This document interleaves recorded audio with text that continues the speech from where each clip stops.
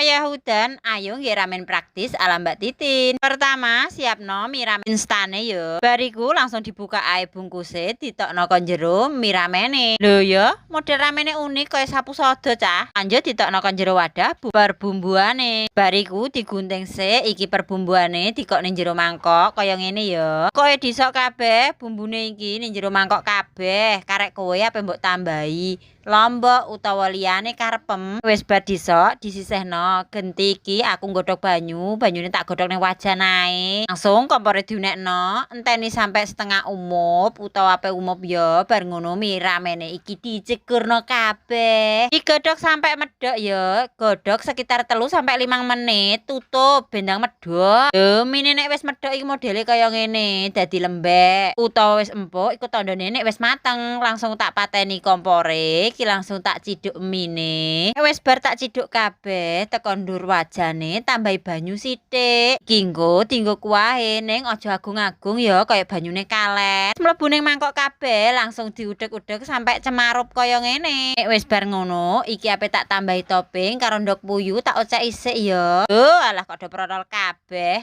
Gen ketok estetik iki tak sigari dadi loro kaya ngene. Bar ngono iki tak taburi brambang gorenge.